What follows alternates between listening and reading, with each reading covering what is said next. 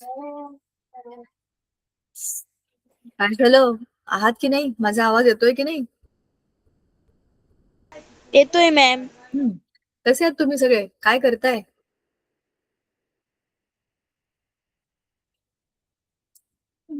काय माहिती ma'am, class सुरू आहे.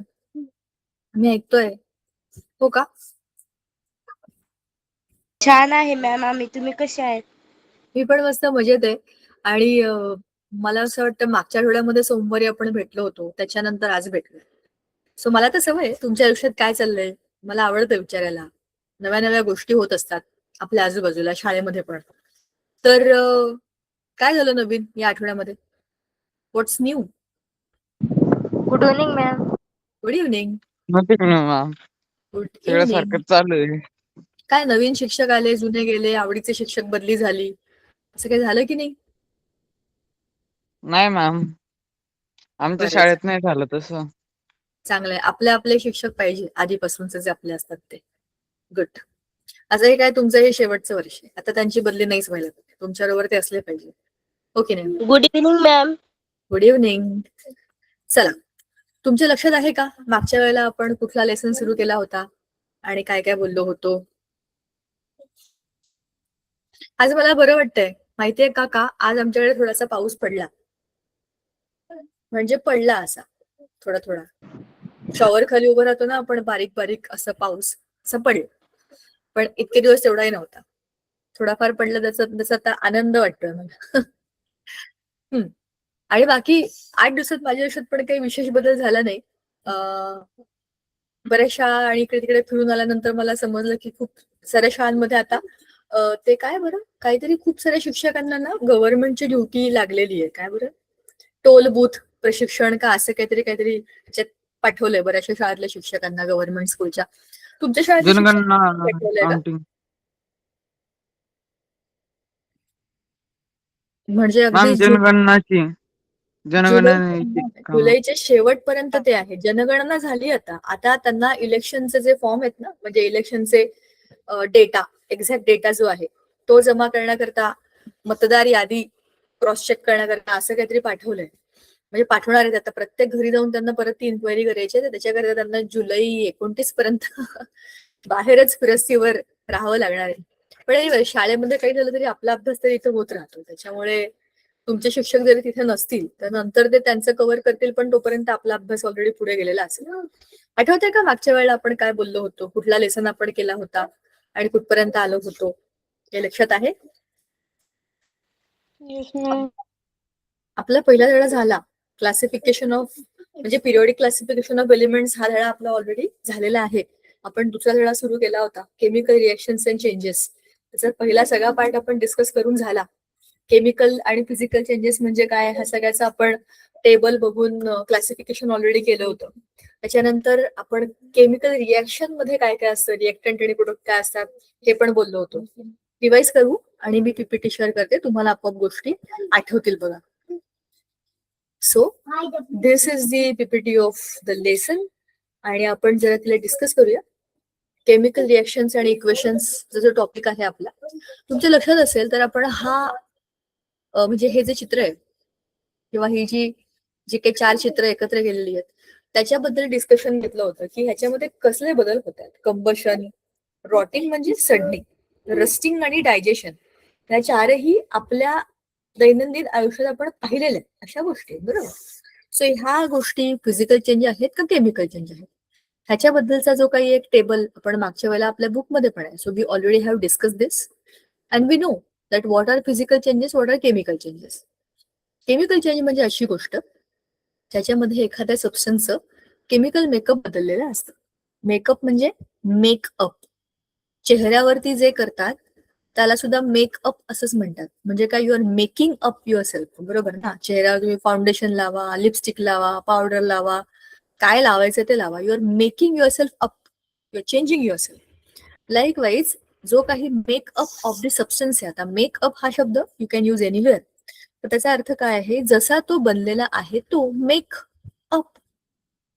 What it is made up of, atoms and molecules. The substances are made up of atoms and molecules. आणि तुम्हाला त्याचा जो केमिकल मेकअप आहे, जो काही त्याचा केमिकल फॉर्मॅट आहे, त्याची जी काही रचना आहे, ती बदलून तुम्ही त्यातनं काहीतरी नवीन बनवलं असेल तर काय बनेल, तुमचा एक नवा सबस्टन्स बनेल. And all those are the chemical changes which are irreversible.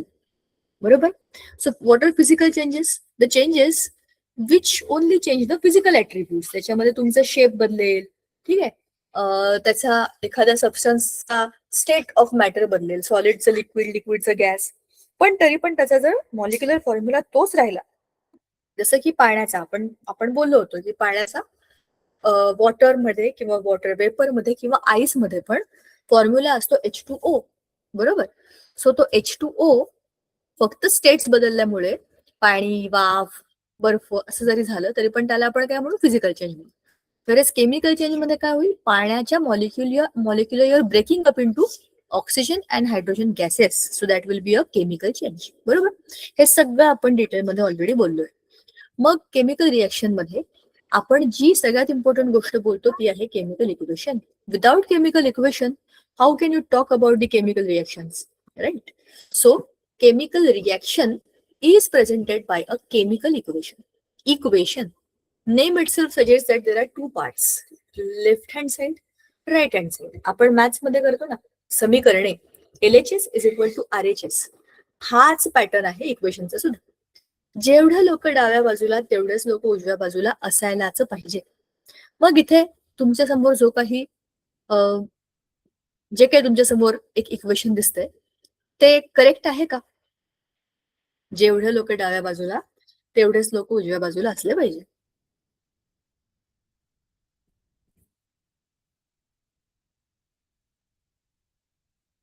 आहेत का? H2 plus O2 is equal to H2O. या इक्वेशन मध्ये तुम्हाला जे दिसतंय ते काय आहे? वॉटर. बरोबर. पण जेवढे लोक डाव्या बाजूला, इक्वेशनच्या डाव्या बाजूला कोण आहे? H2 आणि O2 आहे, आणि इक्वेशनच्या उजव्या बाजूला H2O आहे. जेवढे लोक डावीकडे आहेत तेवढे उजवीकडे आहेत का?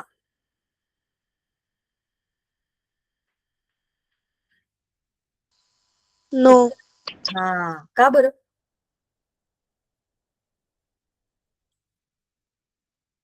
काय नाहीये? मला सोडू नका असं अर्धवट. विचार करा आणि सांगा. तुम्हीच सांगा काय तुम्हाला वाटतंय ते.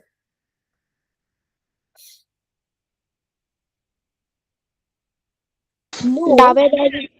डाव्या बाजूला 2 टाइम्स आहे, उजव्या बाजूला 1 टाइम्स आहे. शाबाश, व्हेरी गुड. एक नाव आहे आणि त्या नावेमध्ये 5 लोकांना बसवलं. ती नाव नदीच्या एका तीरावरून दुसऱ्या तीरावर चालली आहे. जेवढी 5 लोक डाव्या बाजूला बसली तेवढीच लोक उजव्या बाजूला जायला पाहिजे की नाही? बघा, त्यातला एखादा पडला, बुडाला, त्याला सोडून द्यायचं का आपण?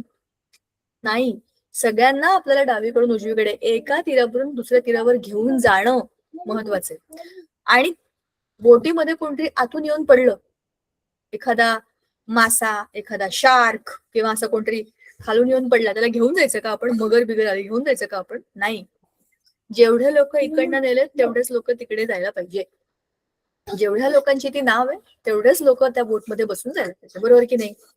हेच केमिकल इक्वेशनचं सगळ्यात इम्पॉर्टंट बेसिक सूत्र आहे. आणि इथली जी केमिकल रिएक्शन आहे ही बॅलन्स्ड नाहीये, तर ह्याला बॅलन्स करण्याकरता आपल्याकडे खूप साऱ्या गोष्टी आपल्याला चेक कराव्या लागतात.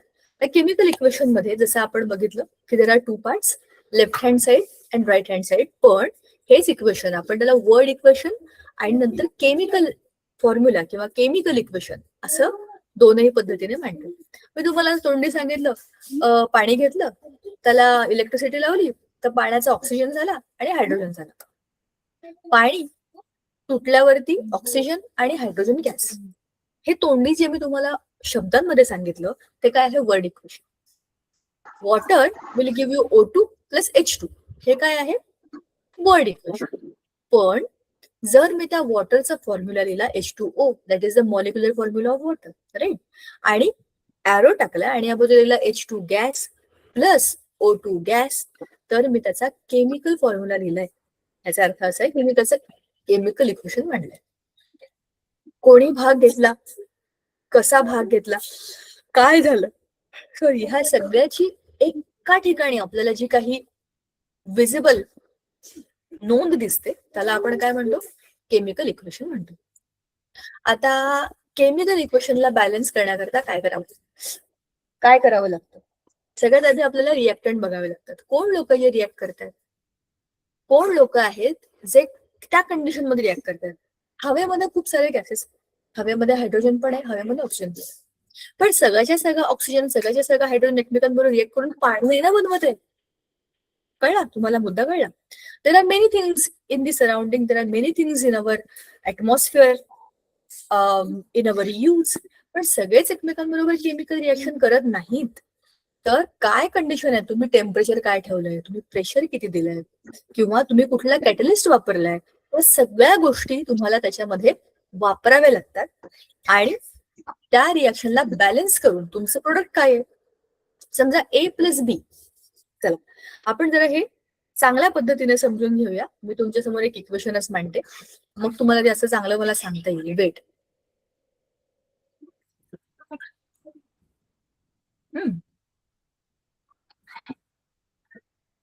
बघा, let us right a very simple and very easy equation. ठीक आहे, मी इथे लिहिलं A प्लस B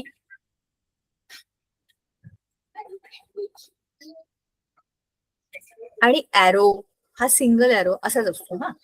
आणि माझं प्रोडक्ट आहे A2B.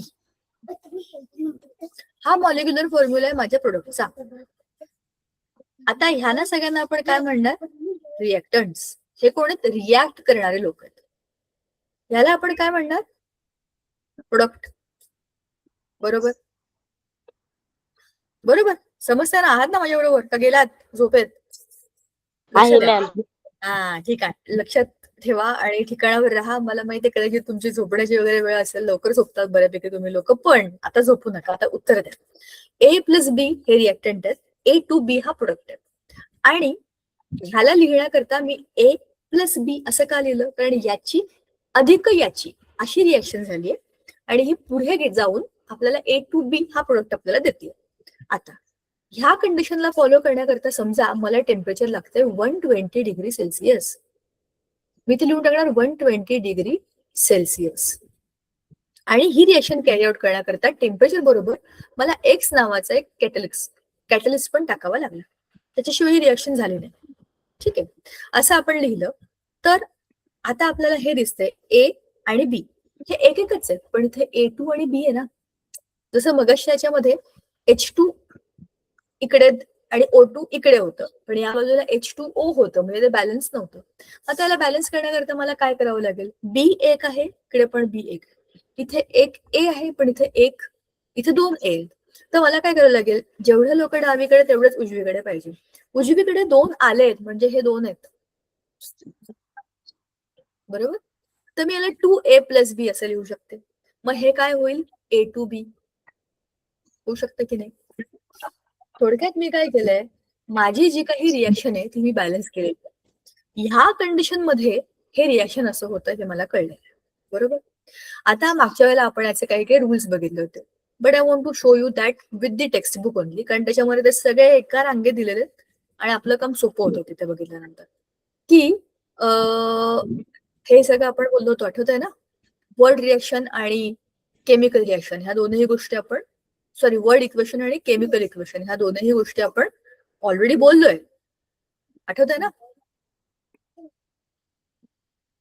बघा, वर्ड इक्वेशन झालं आणि हे जे आहे हे आहे आपलं केमिकल फॉर्म्युला किंवा केमिकल इक्वेशन. हे पाचही वरचे जे काही आपल्याला दिलं होतं ना, वरती हे करून बघा, ते करून बघा, आणि त्याच्यावरती आपण ह्या सगळ्या गोष्टी डिस्कस केलेल्या होत्या, की अरे हे तर आपण वर डिस्कस केलेलेच मुद्दे खाली आलेत. बरोबर, केमिकल इक्वेशन लिहिताना आपण काय काय केलं ते सगळे मुद्दे इथे आहेत. बघा, प्लस साईन दिलं आपण, जे आले नवीन नवीन लोक ऍड होत गेले आणि त्याच्यापासून प्रोडक्ट बनले त्याला आपण प्लस प्लस लिहितो. बरोबर, आणि त्याच्यानंतर त्यांच्या सगळ्यांचे आपल्याला स्टेट्स ऑफ मॅटर लिहायचे असतात. सॉलिड असेल तर S, लिक्विड असेल तर L, बरोबर, आणि गॅस असेल तर आपण GLS असं लिहितो. लिक्विड साठी L, गॅस साठी G आणि S साठी सॉलिड असे अर्थ आहेत. जर गॅस असेल तर असा ॲरो, अपवर्ड ॲरो, कारण गॅसेस रिलीज होतात हवेमध्ये. बरोबर, मी CO2 असं दाखवू शकते ऍज अ गॅस, खाली G लिहायची गरज नाही. पण जर जसं आपण मागच्या वेळेला बघितलं होतं की एखाद्या केमिकल रिएक्शन मध्ये खाली अवक्षेप म्हणजे काय, त्याचा प्रेसिपिटेट असला, तर जो ऍरो आपण वरच्या बाजूला का दाखवला होता ऍरो म्हणून की ते वर जातं, हवेमध्ये रिलीज होतं, तर अपवर्ड ऍरो होता.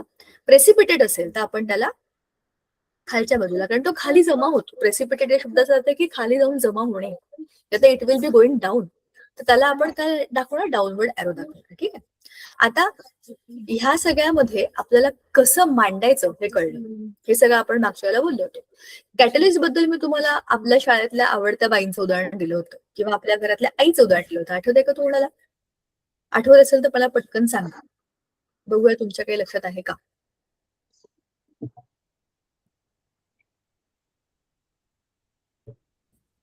आठवत आहे का? कॅटलिस्ट म्हणजे कोण? हा पाठ केलाय ना आपण? नाही मॅम, सुरू नाही झाला. नाही झालाय हा पाठ आपला? Are you sure? Yes ma'am, आपलं पिरियडिक टेबलच चालू होतं मागच्या टायमाला. बर, मग मला सांगा की आपण मागच्या वेळेला काय डिस्कस केलंय, कोणता पाठ झालाय? पण पिरियडिक टेबलचं डिस्कस केलं होतं. मी त्याच्यावरचे प्रश्न विचारले होते. म्हणजे आपला इंग्लिश मिडियमचा आपला मॉडर्न ट्रेंड्स कम्प्लीट झाला आणि त्याच्यानंतर आपलं लेक्चरच झालं नाही. नाही मॅम, झालंच नाही त्याच्यानंतर.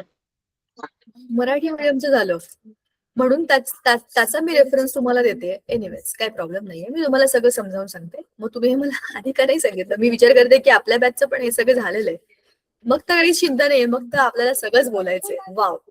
पण आता आपण जे काही बोललो, हे आपण आज जे काही डिस्कस करणार आहे त्यातला सगळा इम्पॉर्टंट पार्ट होता. डोंट वरी, बिलकुल टेन्शन घेऊ नका, खूप मस्त धडा आहे हा. पिरियॉडिक टेबलचा आपला अभ्यास झाल्यानंतर आता जो आपण करतोय तो केमिकल इक्वेशन्स आणि केमिकल रिएक्शन्स याचा अभ्यास आहे. बघा, पीपीटी मध्ये सुरुवातीला we will start with this. Why? I was not aware की आपण हे बोललो नाहीये, तर चला we will talk first about this. सांगा मला, तुम्हाला हे कंबशन आणि रोटिंग किंवा रस्टिंग किंवा डायजेशन ह्याच्यामध्ये काय बदल दिसतात तुम्हाला? काय झालंय असं वाटतंय? आता पटापट बोला फक्त, काय वाट नका बघू एकमेकांची. कंबशन म्हणजे काय, काय होतं?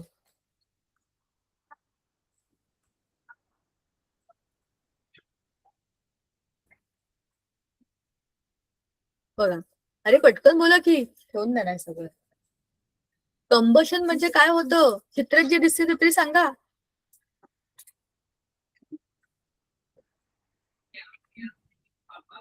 हॅलो, करायचा आहे ना हा पार्ट आपल्याला?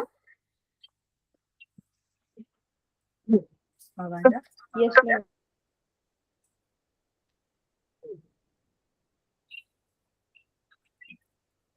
पहिल्या चित्रात काय दिसते, दुसऱ्या चित्रात काय दिसते, पटापट सांगा.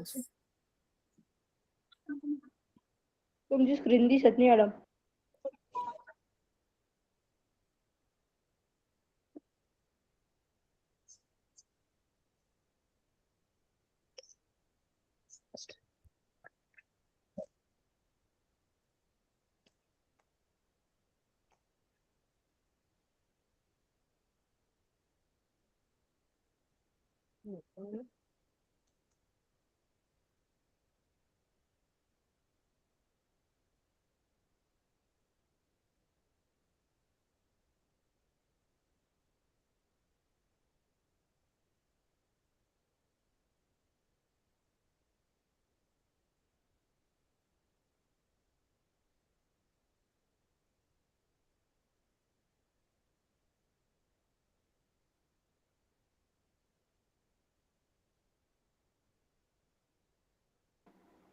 मैम आवाज इतनी आई है।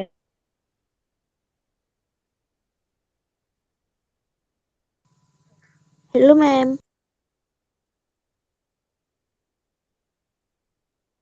मॅम, थोड्या वेळ लेट झाले.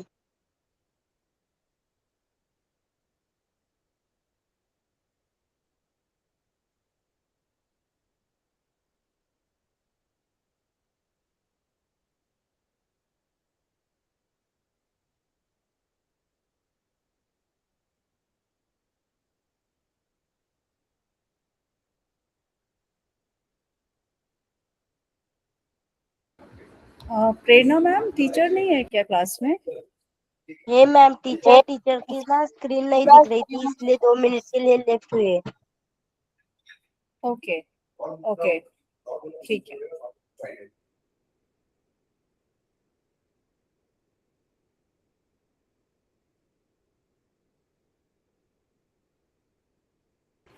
माझा आवाज येतोय तुम्हाला आणि मी दिसतेय का मला जरा सांगा.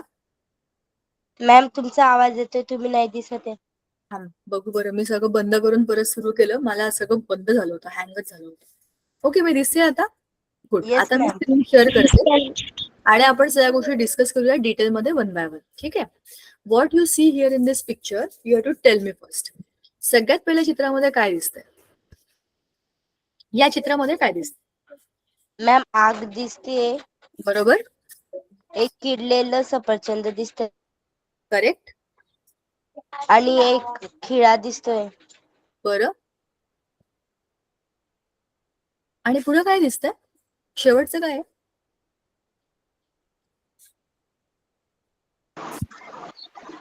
डायजेशन.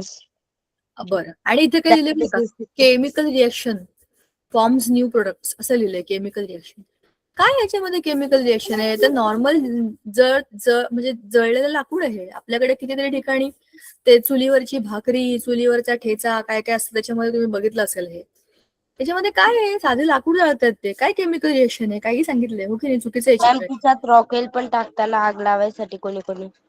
हा, पण मग केमिकल रिएक्शन काय त्याच्यामध्ये? साधं बर्निंग येते.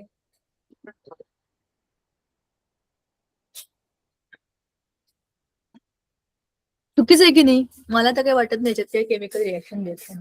येस मॅम चुकीचं आहे. चुकीचं आहे. दुसरं बरोबर आहे. हे बघा, आपल्याला भूक लागते, आपण फळं खातो. किड्यांना पण भूक लागू शकते, अळ्यांना पण भूक लागू शकते. त्यांनी फळं खाल्ली तर केमिकल रिएक्शन काय त्याच्यामध्ये? मॅडम ते कोणी ना केमिकल मधून घुसघुसून बनवतात. म्हणून ती केमिकल रिएक्शन आहे का? हो मॅम. बर. तिसऱ्या याच्यामध्ये काय दिसतंय? खिळा. खिळ्यामध्ये काय केमिकल रिएक्शन असू शकते? त्याला मॅम तो जंग लागतो, त्याला ते घासून नीट करतात, त्याला म्हणता. पण त्याच्यामध्ये कसं नाही केमिकल रिएक्शन? मॅम ते जंग काढण्यासाठी केमिकल असतं वापरताना. काढण्यासाठी. बरं, आणि पुढे चित्रामध्ये डायजेशन. काही डायजेशन मध्ये कसलं आलंय केमिकल रिएक्शन? हे सगळं चित्र चुकीचं आहे, हो की नाही?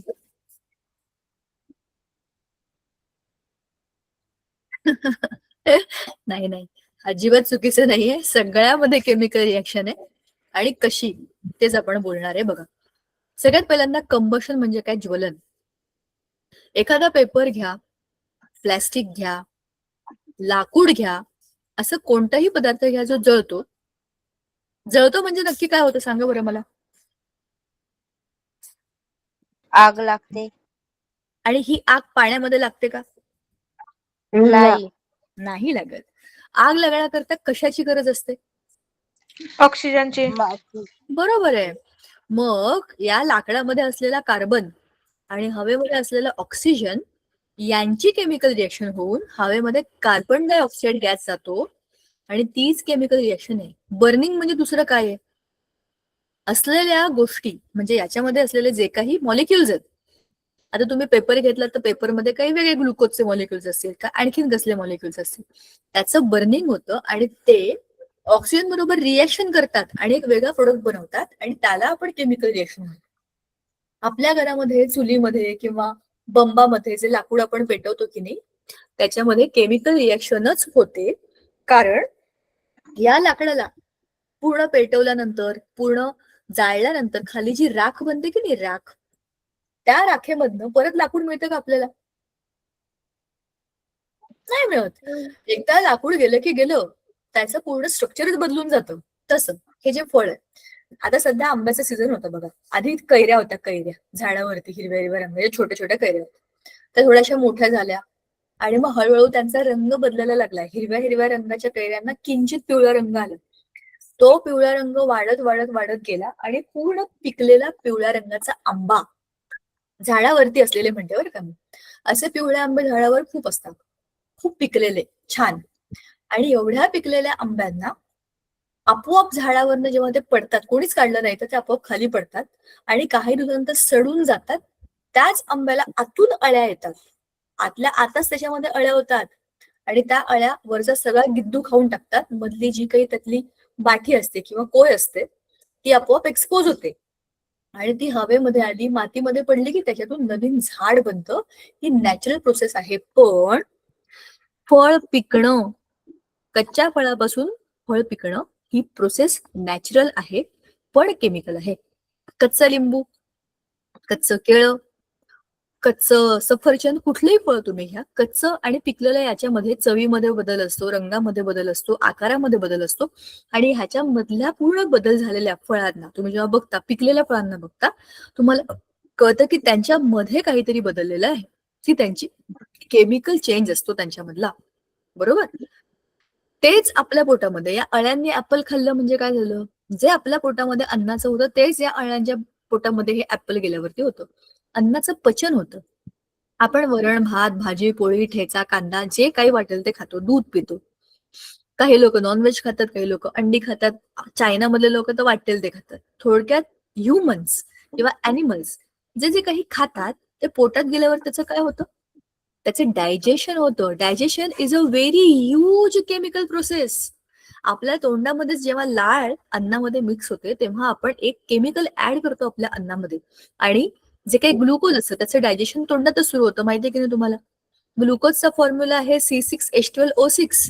ते डिग्रेड होतं, तुटायला लागतं, हळूहळू ब्रेकडाऊन होतं आणि त्याचे बारीक बारीक पार्टिकल्स होऊन ते पोटामध्ये जातं.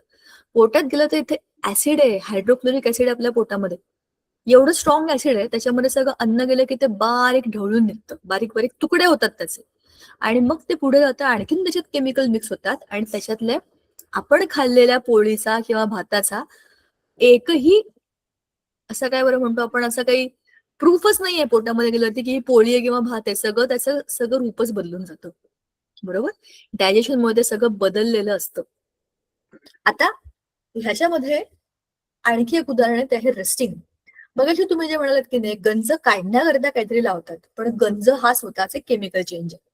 लोखंडाच्या पृष्ठभागाचा जेव्हा हवेतल्या काय बरं म्हणतो आपण वॉटर वेपरशी, बाष्पाशी संपर्क येतो तेव्हा तो जो खिळा असतो की नाही किंवा तो जो लोखंडाचा पदार्थ असतो त्याच्या आउटर मोस्ट सरफेसवरती एक लालसर रंगाचा थर जाणवतो. तो थर ऍक्च्युली लोखंडाच्या पृष्ठभागाची आणि हवेतल्या बाष्पाची अभिक्रिया आहे. त्याचं केमिकल चेंज. तुम्ही त्याला खरवडून काढा, तुम्ही त्याला पेंट करा, तुम्ही त्याला काही करा, जिकडे खड्डा पडेल तिकडे परत त्याचं रस्टिंग होणारच. आणि rusting is a natural chemical process. तर आपल्या आजूबाजूला खूप साऱ्या रिॲक्शन्स अशा असतात ज्याच्यामध्ये केमिकल रिॲक्शन्स होतात. पण मग केमिकल आणि फिजिकल ह्याच्यातला बदल काय? समजा माझ्याकडे एक पेपर आहे, पेपर, साधा पेपर, आणि त्या पेपरचा मी असा गोल गुंडाळून त्याचा एक बॉल बनवला आणि फेकला, तर तो फिजिकल चेंज आहे का केमिकल चेंज आहे सांगा? Chemical change. पेपरचा मी फक्त बॉल बनवलाय, पेपरच राहिलाय. Physical change ma'am. Physical change. Change आहे कारण त्या पेपरला मी काहीच केलं नाहीये, त्याला मोठ्या आकारातनं फक्त त्याचा बॉल बनवून गोल गुंडाळून टाकले. लेट मी स्टार्ट माय व्हिडिओ, बहुतेक झालंय स्टेबल आता. तर ह्याचा अर्थ काय आहे की माझ्याकडे असलेल्या वस्तूंचं मी फिजिकल अपिअरन्स बदललं. म्हणजे काय केलं, पेपरचं गोल गुंडाळी करून मी काय केलं, त्याचं बॉल बनवलं. तसंच त्या पेपरला मी फाडून टाकलं, 2 पेपर मिळाले मला. फिजिकल चेंज आहे का केमिकल चेंज आहे सांग?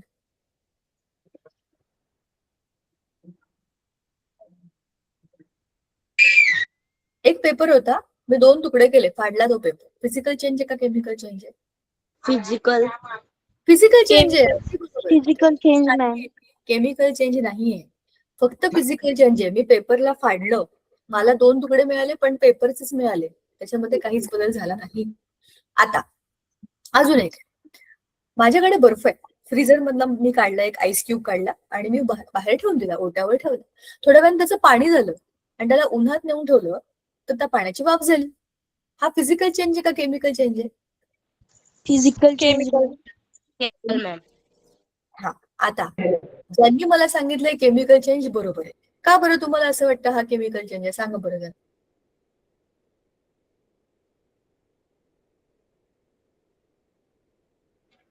ज्यांनी मला सांगितलं फिजिकल चेंज, तुमचं उत्तर बरोबर. सांगा मला का तुम्हाला असं वाटतं की हा फिजिकल चेंज आहे? कारण बर्फाचं पाणी होतं. पाण्याचा बर्फ फ्रीज मध्ये ठेवलाच होतं. मग ते तर मीच सांगितलं ना, फ्रीज मधनं काढलं बाहेर ठेवलं तर त्याचं पाणी झालं. पण फिजिकल आहे का केमिकल आहे ह्याचं उत्तर कुठे आहे याच्यामध्ये?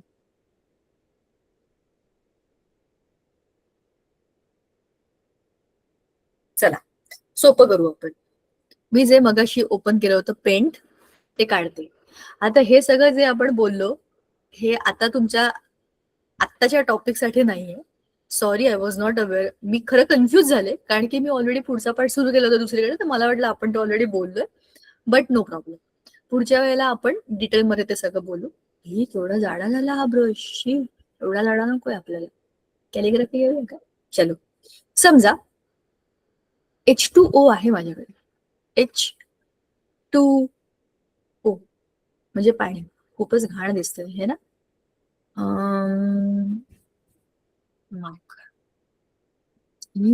नको, आजवर आहे. बर, H2O म्हणजे पाणी. आता ह्या पाण्याला मी पाणी म्हणून वापरलं किंवा बर्फ म्हणून, म्हणजे आता मी याला काय लिहिते, सॉलिड किंवा लिक्विड किंवा गॅस. 3 स्टेट्स ऑफ मॅटर माहिती आहेत आपल्याला. सॉलिड म्हणजे घट्ट पदार्थ, म्हणजे त्याला आपण काय म्हणूया, आईस म्हणूया.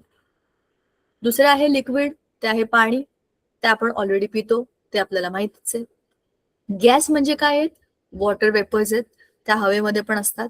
आणि जेव्हा आपण पाण्याला नुसतंच ठेवतो तर वॉटर इव्हॅपोरेट्स. इव्हॅपोरेशन प्रोसेसमध्ये ह्या पाण्याची अशी वाफ होऊन ते हवेमध्ये जात असतं, बाष्पीभवन. तर कोणत्याही स्टेटमध्ये तुम्ही बघा सॉलिड किंवा बघा लिक्विड किंवा बघा गॅस, तीनही स्टेट्समध्ये H2O म्हणजे पाणी आहे. सॉलिडमध्ये जाऊन त्याचा केमिकल फॉर्म्युला बदलला नाही. गॅसमध्ये गेल्यावरती ह्याच्यामध्ये काहीही बदल झालेला नाही. गॅसमध्ये सुद्धा H2O म्हणजेच वॉटर वेपर. म्हणजे त्याच्या केमिकल सेटअपमध्ये, त्याच्या मॉलिक्युलर स्ट्रक्चरमध्ये काहीच बदल झाला नाही. बरोबर. पण आता मी दुसरं उदाहरण घेते मी हे कार्बन आणि हवेमधला ऑक्सिजन ह्यांची बर्निंगची प्रोसेस, म्हणजे जळण्याची प्रोसेस झाली. हवेतला ऑक्सिजन आणि कार्बन. बघा, तुम्हाला माहिती असेल जंगलामध्ये वणवा लागतो, कोणीतरी काही पेटवत नाही ते प्रत्येक वेळेला. कधी फांद्या एकमेकांवर आपटून सुद्धा ठिणगी पडत. तर एखादा त्यातला जो काही ड्राय पदार्थ असतो, खाली गवतामध्ये कार्बन असतं, हे सगळं ऑर्गॅनिक आहे. बरोबर. ऑर्गॅनिक म्हणजे त्याच्यामध्ये कार्बन याचे सगळे सबस्टन्सेस आहेत. ते गवत म्हणा, चारा म्हणा, झाडं म्हणा, पानं म्हणा, आपण म्हणा, मासे म्हणा, हे सगळे जे काही लाईफ जी काही आहे आपल्या आजूबाजूला, हे सगळे ऑर्गॅनिक आहे. Living things are organic substances. तर आपल्या सगळ्यांमध्ये कार्बन आहे भरपूर प्रमाणामध्ये. तर हा जो कार्बन आहे, मी आता आपलं म्हणत नाहीये मी, कोणताही ऍबस्ट्रॅक्ट असा जनरल एक कोणता तरी कार्बनचा एक ऍटम आहे आणि त्याची हवेतल्या ऑक्सिजन बरोबर बर्निंगची प्रोसेस झाली. तर काय झाला, कार्बन डायऑक्साईड नावाचा एक नवा कंपाऊंड बनला. बघा, हा कार्बन वेगळा होता, सॉलिड काळ्या रंगाचा पडला होता, कोळसा धरा. आणि हा ऑक्सिजन हवेतला एक गॅस आहे. पण हे दोघं जण वेगळे आहेत ना. यांनी एकत्र येऊन एक तिसरा प्रोडक्ट बनवला आणि त्यातनं बनला कार्बन डायऑक्साईड. एक्झॅक्टली उलटी प्रोसेस करू आता. हवेमध्ये कार्बन डायऑक्साईड हा गॅस आहे. बरोबर. आणि ह्या गॅसला जर मी तोडलं, ब्रेक केलं, खूप जास्त प्रमाणामध्ये त्याला हीट केलं. हीट मी कशी दाखवणार, ट्रँगल म्हणजे हीट. खूप गरम ह्याच्यामध्ये त्याला टाकलं तर काय झालं, कार्बन वेगळा झाला आणि ऑक्सिजन हा वेगळा झाला. खूप हाय टेम्परेचरला कार्बन डायऑक्साईड हा गॅस न राहता कार्बन वेगळा आणि ऑक्सिजन गॅस वेगळा असं झालंय. म्हणजे इथे जर मी काही H2O मॉलिक्युल गरम केला आणि वॉटर वेपर मध्ये गेला तर त्याचा फॉर्म्युला H2O हाच राहिला. पण याचा फॉर्म्युला बदलला, तुटला आणि कार्बन वेगळा आणि ऑक्सिजन वेगळा असा झाला. तर हा एक केमिकल चेंज. समजलं तुम्हाला केमिकल चेंज काय असतो? ह्याला आपण म्हणणार फिजिकल चेंज. चला, आता माझ्या एका प्रश्नाचं उत्तर द्या. माझ्याकडे एका वाटीमध्ये दूध आहे, त्याला मी विरजण लावलं आणि त्याचं काय बनलं सांगा. एका वाटीत दूध घेतलं, त्याला विरजण लावलं तर काय झालं? दही. दही. मग दही, दुधापासून दही बनणं हा फिजिकल चेंज आहे का केमिकल चेंज आहे? Chemical change. Chemical change. कसं काय? फिजिकल चेंज आहे मॅम. कसं काय फिजिकल आहे? कारण दह्यापासून परत दूध बनत नाही. मग फिजिकल आहे का? हा. बघा, पेपर बॉल मी सुरगळून ठेवला होता, त्याला जर मी उघडलं तर मला आधीचा पेपर मिळेल. ती रिव्हर्सिबल चेंज आहे. तो रिव्हर्सिबल चेंज म्हणजे फिजिकल चेंज म्हणतात. पेपर जाळून टाकला तर त्याची राख बनेल, राखेतनं पेपर मिळणार नाही, तो रिव्हर्सिबल नाही, तो इरिव्हर्सिबल आहे, म्हणून तो केमिकल. दुधापासून दही, तू बरोबर सांगितलं, दुधापासून दही बनलं तर दह्याचं दूध बनत नाही, हा इरिव्हर्सिबल चेंज आहे. पण मग तो फिजिकल चेंज का होईल? कोणता होईल? काय मॅम? दुधापासून दही बनणं, तिने सांगितलं की तो इरिव्हर्सिबल आहे, ते परत उलट जात नाही, दह्यापासून दूध परत मिळत नाही, आणि सांगितलं म्हणून हा फिजिकल चेंज. तर बरोबर आहे का चुकीचं आहे हे सांगा, आपण चर्चा करू. तिचं उत्तर चुकीचं आहे का बरोबर आहे हे नाही, हा मुद्दा चुकीचा आहे का बरोबर आहे हे आपण चर्चा करणार आहे. मॅम तुम्ही सांगा. सांगितलं की दुधापासून दही बनतं, पण तो केमिकल चेंज आहे, फिजिकल नाही. का? मला तर काही वाटत नाही दह्यापासून प्रॉब्लेम, परत सेमच दूध वाटतं बनत मला. नाही. पण ठीक आहे ना, दह्यापासून दूध परत मिळत नाही, दह्याची काय चूक आहे? दही दही आहे, दूध दूध आहे. तो केमिकल चेंज आहे कसं सिद्ध होईल?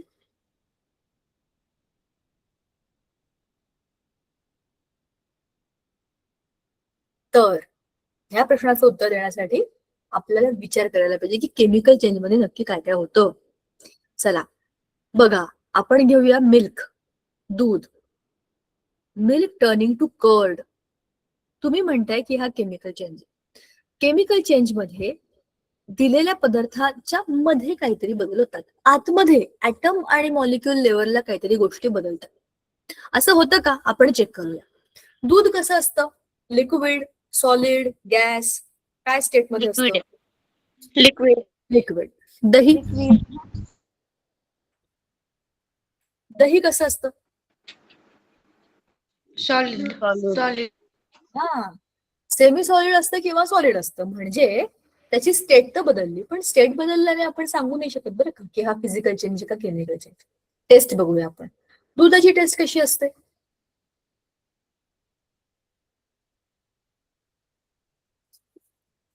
चला पटपट सांगा, दुधाची टेस्ट कशी असते? गोडसर असते. असं काय करताय, सगळ्यांनी लहानपणीपासून दूध प्यायलंय की नाही तुम्ही? तुम्हाला माहिती नाही का दुधाची टेस्ट कशी असते? किंचित गोडसर असते. पण दही कसं असतं? आंबट. आंबट. आंबट असतं. म्हणजेच काय, आणि ज्या ज्या गोष्टी आंबट असतात त्याच्यामध्ये काय असतात? ऍसिड्स असतात. म्हणजेच काय, ऍसिडिक आंबटपणा हा ऑलरेडी दह्यामध्ये गेलेला आहे. पण दूध हे गोडसर आहे, म्हणून तर सगळी छोटी छोटी मुलं दूध पितात की नाही.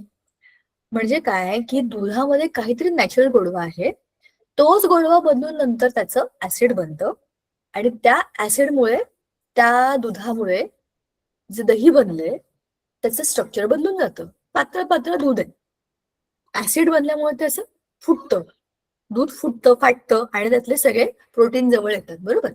त्याचा रंग किंचित पिवळसर होतो. दूध चांगलं पांढरं स्वच्छ असतं, गाईचं असेल तर पिवळं असतं थोडस.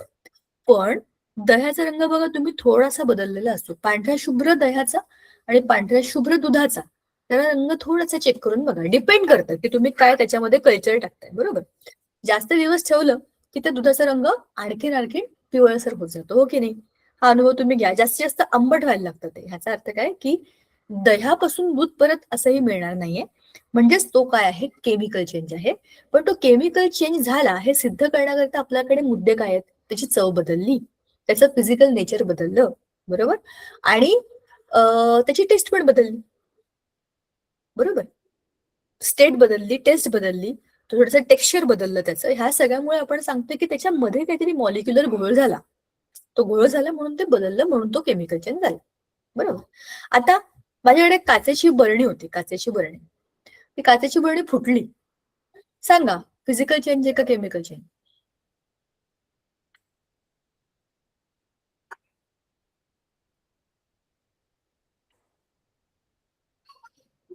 काचेची बरणी खाली पडली आणि फुटली. फिजिकल चेंज आहे का केमिकल चेंज आहे? फिजिकल. करेक्ट. खाली पडल्यावरती काचा काचा झाल्या. एका मोठ्या काचेच्या बारीक बारीक तुकड्यांमध्ये त्याचे भाग झाले फक्त. पण त्याचा केमिकल फॉर्म्युला बदलला का? नाही. जे त्या मेन बरणीमध्ये काचेचं केमिकल कॉम्पोजिशन होतं तेच त्या तुकड्यांचं आहे. म्हणजेच काय, it is just a physical change. आता हे ना खूप इंटरेस्टिंग आहे. हे सातवं तुम्ही मला सांगा.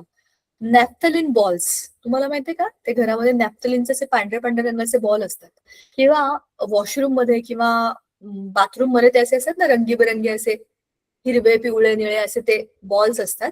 ते काही दिवसानंतर गायब होतात. किंवा कापूर.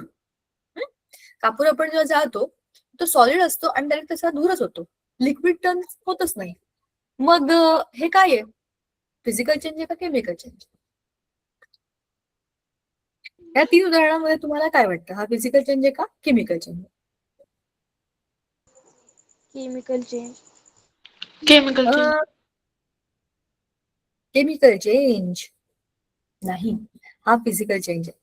कारण हा स्टेट ऑफ मॅटर आहे फक्त. जसं की सॉलिडचं लिक्विड, लिक्विडचे गॅस बोललो की नाही आपण, तसंच आहे. नॅफ्थलिन बॉल सॉलिड होते, ते डायरेक्ट गॅसमध्ये गेले. काही काही पदार्थ हे डायरेक्टली गॅसमध्ये जातात, लिक्विडमध्ये जात नाहीत. हे त्यांचं स्टेट ऑफ मॅटर बदललेलं आहे, केमिकल फॉर्म्युला बदलला नाही. फ्यूम ज्या बनतात, कापराच्या फ्यूम ज्या असतात, त्या कापराच्या सॉलिडच्याच असतात. बर्निंग झाल्यावरती त्याचं जे काही बर्निंग झाल्यावरती त्यातनं जो काही कार्बन बरोबर त्यातल्या ऑक्सिजनचा धूर बनला आहे तो केमिकल चेंज आहे. पण नुसताच तुम्ही कापूर ठेवला तर तो काही दिवसांनी गायब होईल, तो फिजिकल चेंज आहे. सॉलिडचा तो गॅस झाला, जसं की अवस्थांतर म्हणतो ना आपण, स्टेट्स ऑफ मॅटर बदलणं, तसंच जर कापराचं झालं तर ते ऑटोमॅटिक बदललंय. हवेत ते आपोआप गायब झाले, इव्हॅपोरेट झाले. जसं की आपल्या बर्फाचं सुद्धा पाण्यात रूपांतर झालं की पाण्याचं इव्हॅपोरेशन होतं की नाही, तसंच हे सॉलिड मधनं गॅसमध्ये गेले. पण केमिकल फॉर्म्युला तोच राहिलाय. म्हणजेच काय आहे, कापूर किंवा नॅफ्थलिन बॉल्स एक्सपोज टू एअर म्हणजे हवेत ठेवल्यावरती आपोआप गायब होणं, हे काय आहे? Physical change. पण तुम्ही त्याला पेटवलं, त्याचा धूर झाला, जसं की आपण आरती करतो, कापूर आरती, त्याच्यामध्ये तो केमिकल चेंजेस आहे. काळा काळा धूर निघतो की नाही, तो वेगळा, आणि नुसतंच ठेवून त्याचं गायब होणं वेगळं. ह्या दोनही गोष्टी वेगळ्या. पण केव्हाही बघा, कुठलाही केमिकल चेंज हा फिजिकल चेंज बरोबरच होतो. दही आणि दूध ह्या गोष्टी वेगळ्या आहेत हे आपल्याला सांगितलं कोणी? आपल्याला फिजिकली कळलं की नाही की काहीतरी बदल झालाय त्याच्यामध्ये, फिजिकल चेंज आहे त्याच्यामध्ये. काय बदल झालाय? घट्ट झालंय ते, वास बदललाय त्याचा, हे फिजिकल चेंजेस कळतात ना आपल्याला. तसंच फळ पिकणे हा केमिकल चेंज आहे. पण कच्चं फळ आणि पिकलेलं फळ हे फिजिकल चेंज नाही आहेत का? त्याचा आकार वाढला, त्याचा रंग वाढला, त्याची चव बदलली, ओके, त्याचा सुगंध दरवळायला लागला. हे सगळेच्या सगळे फिजिकल चेंजेस आहेत. हिरव्या रंगाचा लिंबू पिवळ्या रंगाचा होणं हा काही आतून केमिकल चेंज जरी असला तरी वरून मला दिसतो ना रंग बदललेला आहे त्याचा, ओके नाही. ह्याचा अर्थ असा आहे की केमिकल चेंज होण्यासाठी काही फिजिकल चेंजेस आपल्याला मदत करतात. पण फक्त फिजिकल चेंजेस ते असतात ज्याच्यामध्ये स्टेट्स ऑफ मॅटर बदलतात, किंवा त्याच्यामध्ये वस्तूची फक्त अरेंजमेंट बदलते. पेपरचा बॉल केला, पेपरचे तुकडे केले, ह्याच्यामध्ये काहीच केलं नाहीये मी. बाटली पडली, त्याच्या खाली खाली त्याचे तुकडे तुकडे पसरले, ह्याच्यामध्ये काही झालं नाही. पण जमिनीवरती ऍसिड पडलं आणि त्याच्यामुळे खड्डा झाला, हा कोणता चेंज असेल, फिजिकल का केमिकल? सांगा. केमिकल. केमिकल चेंज, शाबाश. पण तो आपल्याला दिसला कसा? खड्डा हा स्वतःच एक फिजिकल चेंज आहे. पण तो कशामुळे झाला? त्या ऍसिडने रिएक्शन केली आपल्या टाईल बरोबर, त्याला आपण म्हणतो केमिकल चेंज. फक्त केमिकल चेंज लिहू आणि फक्त फिजिकल चेंज लिहू, पण जेव्हा जेव्हा केमिकल चेंज होईल तेव्हा तेव्हा फिजिकल चेंज दिसेल, हे लक्षात ठेवायचं. एखादा गॅस हळूहळू वर जाताना दिसतो, बारीक आवाज येतो, किंवा काहीतरी आवाज येतात, काहीतरी स्मेल येतो, हे सगळे इंडिकेटर आहेत की केमिकल चेंज झालेला आहे. लॅबमध्ये तुम्ही दोन गोष्टी एकमेकांबरोबर ठेवल्या, एक बीकर घेतला, त्याच्यामध्ये ऍसिड टाकलं आणि त्याच्यावर तुम्ही मेटल टाकलं एखादं, आणि त्या मेटल मधनं तुम्हाला बारीक बारीक छोटे छोटे बबल्स दिसत आहेत, एअर बबल्स काहीतरी वर जाताना दिसतात, म्हणजे कोणतरी गॅस रिलीज झालाय. हे काय आहे? हे सिद्ध करतं की आतमध्ये काहीतरी केमिकल चेंज होतोय, त्याच्यामुळे कोणता तरी गॅस बाहेर पडलाय. लाईकवाईज जेव्हा आपण एखाद्या बीकरमध्ये दोन सॉलिड एकमेकांबरोबर मिक्स करतोय, वेगळी रिएक्शन बघा, आणि त्याच्यामधनं बारीक बारीक एकदम छोटा छोटा आवाज येतो, असे बारीक बारीक आवाज येतो, आणि ते छोटे छोटे पार्टिकल्स ना आपली आपली जागा बदलतात. हे का होतं? त्यांचीही केमिकल रिएक्शन होते आणि त्यातनं बारीक बारीक आवाज निर्माण होतोय, कारण की ते रिॲक्ट करतात एकमेकांबरोबर. वास तर आपल्याला कळतोच. साधा पेपर जरी जाळला, प्लॅस्टिक जाळला, टायर जाळला, तरी वेगवेगळे वास येतात, आपल्याला समजतं की काय जळतंय. So that is a confirm proof की नाही बाहेर तिथे कुठे टायर जाळले, थर्मोकॉल जाळल्यासारखं वाटतं. हे आपण का सांगतोय? ते वास वेगवेगळे आहेत, ते केमिकल चेंज. बरोबर. So physical change, chemical change ही गोष्ट कळली आपल्याला. मगाशी आपण जेव्हा बोललो तेव्हा तुम्ही अर्धी गोष्ट मला सांगून टाकली की इथे बॅलन्स नाहीये. तर मगाशी मी तुम्हाला जे सांगत होते ते पुस्तकातनं बघा, कारण की ते एका ह्याच्यात सगळं दिलेलं आहे. अरे मेंडलीव परत आला का? मेंडलीव चांगला धडा होता ना हा, आपण खूप डिटेलमध्ये डिस्कस केलेला आहे. तर केमिकल रिएक्शन होते म्हणजे काय होतं? कोणीतरी कोणाबरोबर तरी रिॲक्ट करतं आणि काहीतरी बनवतं, बरोबर. त्यालाच म्हणतात केमिकल रिएक्शन आणि त्याचं इक्वेशन. तर इक्वेशन कसं लिहायचं? आता आपल्याला ना पुस्तकामध्ये मस्त 5 वेगवेगळे ऍक्टिव्हिटीज म्हणून दिलेले. Take a spoonful of limestone powder in an evaporating dish, heat it strongly on a high blue flame. काय करायला सांगितलं आपल्याला? लाइमस्टोन पावडर, चुन्याची पावडर, लाइमस्टोन, त्याला इकडे इव्हॅपोरेटिंग डिश मध्ये गरम करायला सांगितलंय, हाय ब्ल्यू फ्लेम, म्हणजे खूप जास्त गरम करायला. दुसरा प्रयोग सांगितलाय, add zinc dust into the copper sulphate CuSO4 solution. आता हे कुठे शोधायचं? हे खाली येणार आहे. मग आहे add potassium chromate in solution to the barium sulphate solution. हे काय होणार आहे? हे पण खाली येणार आहे. पण एक एक आपण एक्सप्लेन करू, आज आपलं हे सगळं होणार नाहीच. पण काय काय प्रोसेसेस करायचे त्या एकदा ऐकून घेऊया. Add sodium carbonate solution to the calcium chloride solution. नंतर take phthalic anhydride in an evaporating dish. हे 5 प्रयोग आपल्याला करायला सांगितले. लाइमस्टोनचा प्रयोग आपल्याला स्वतःच खाली दिलेला आहे. झिंकचा प्रयोग पण आपल्याला बुकमध्ये दिलेला आहे. ऍड पोटॅशियम क्रोमेट आपण आत्ता बोलू काय होणार आहे. आणि नंतर Na2CO3 CaCl2 हे पण आत्ताच केमिकल रिएक्शन बोलू. हे मात्र तुम्ही शोधायचं. This you will tell me. Phthalic anhydride evaporating dish मध्ये घेतल्यावर काय होईल? अनहायड्रेट मध्ये त्याच्यामध्ये पाणी नाहीये. अनहायड्रेट पाणी नसलेला थॅलिक अनहायड्रेट, त्याला तुम्ही इव्हॅपोरेटिंग डिश मध्ये घेतल्यावर काय होईल हे शोधायचंय. ते तुम्ही शोधायचं. बाकीचे 4 मी तुम्हाला आता सांगते. लाइमस्टोन पावडर म्हणजे CaCO3 कॅल्शियम कार्बोनेट. ठीक आहे. CaCO3 ला तुम्ही जेव्हा हीट द्याल, म्हणजे तुम्ही जेव्हा याला गरम कराल, तेव्हा काय होईल? त्यातला CO2 निघून जाईल. मग काय उरेल? Calcium oxide. कॅल्शियम ऑक्साईडची पावडर उरेल आणि कार्बन डायऑक्साईड गॅस निघून जाईल. बरोबर. निघून गेला हा calcium oxide, sorry carbon dioxide आणि कॅल्शियम ऑक्साईड, हे 2 मला प्रोडक्ट मिळाले. Zinc dust into the copper sulphate. Zinc कॉपरच्या जागी येईल आणि कॉपर रिएक्शन मध्ये वेगळा होईल. म्हणजे मला काय मिळेल? मला मिळेल ZnSO4 प्लस Cu. बरोबर. कळतंय मी काय करतेय? मी काहीच केलं नाहीये. या पूर्ण सबस्टन्स मध्ये ह्याच्या मॉलिक्युलर फॉर्म्युला मधला मी कॉपर काढला, त्याच्याऐवजी झिंक टाकला. Add potassium chromate solution to barium sulphate solution. BaSO4 आणि K2CrO4. Ba च्या जागी K2 आणि K2 च्या जागी Ba असं होईल. तर काय होईल? K2SO4. बरोबर. म्हणजेच काय बनेल? माझा सबस्टन्स काय बनेल? Potassium sulphate. बघा ह्याच्यामध्ये काय होते? आदला बदल होते की नाही? इकडचे ऍटम तिकडे, तिकडचे ऍटम इकडे, इकडचं इकडे, इकडचं तिकडे हे फिरतायत. म्हणजे काय करतायत? संगीत खुर्ची खेळतायत आतल्या आत रिएक्शनच्या भांड्यामध्ये. म्हणजेच काय होतोय? केमिकल चेंज होतोय. मग इकडे काय बनला? BaCrO4 बेरियम क्रोमेट, बरोबर, असा त्याचा दुसरा प्रोडक्ट बनेल. आता sodium carbonate solution to the calcium chloride solution, याची रिएक्शन काय होईल? ही एकदम सोपी रिएक्शन आहे. कशी मी तुम्हाला सांगते बघा.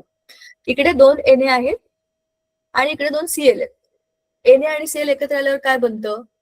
2NaCl. 2 होते की नाही? 2 Na होते, 2 Cl होते. मी काय बनवून टाकलं त्याचं? 2 NaCl बनवलं म्हणजे काय बनलं? मीठ बनलं. मग काय उरलं? Ca आणि CO3, कॅल्शियम कार्बोनेट. झालं? थोडक्यात काय झालंय? ह्या सगळ्या एक्झाम्पल्स मध्ये आपल्याला त्यांनी काय करायला सांगितलंय? पदार्थांना एकमेकांमध्ये मिक्स केल्यानंतर काय त्यांची रिअरेंजमेंट होते ते करून बघा असं सांगितलेलं आहे आपल्याला. मग ह्या सगळ्या रिएक्शन्सना आपण बघितल्यानंतर आपल्याला काय दिसतं? काय दिसतं याच्यामध्ये?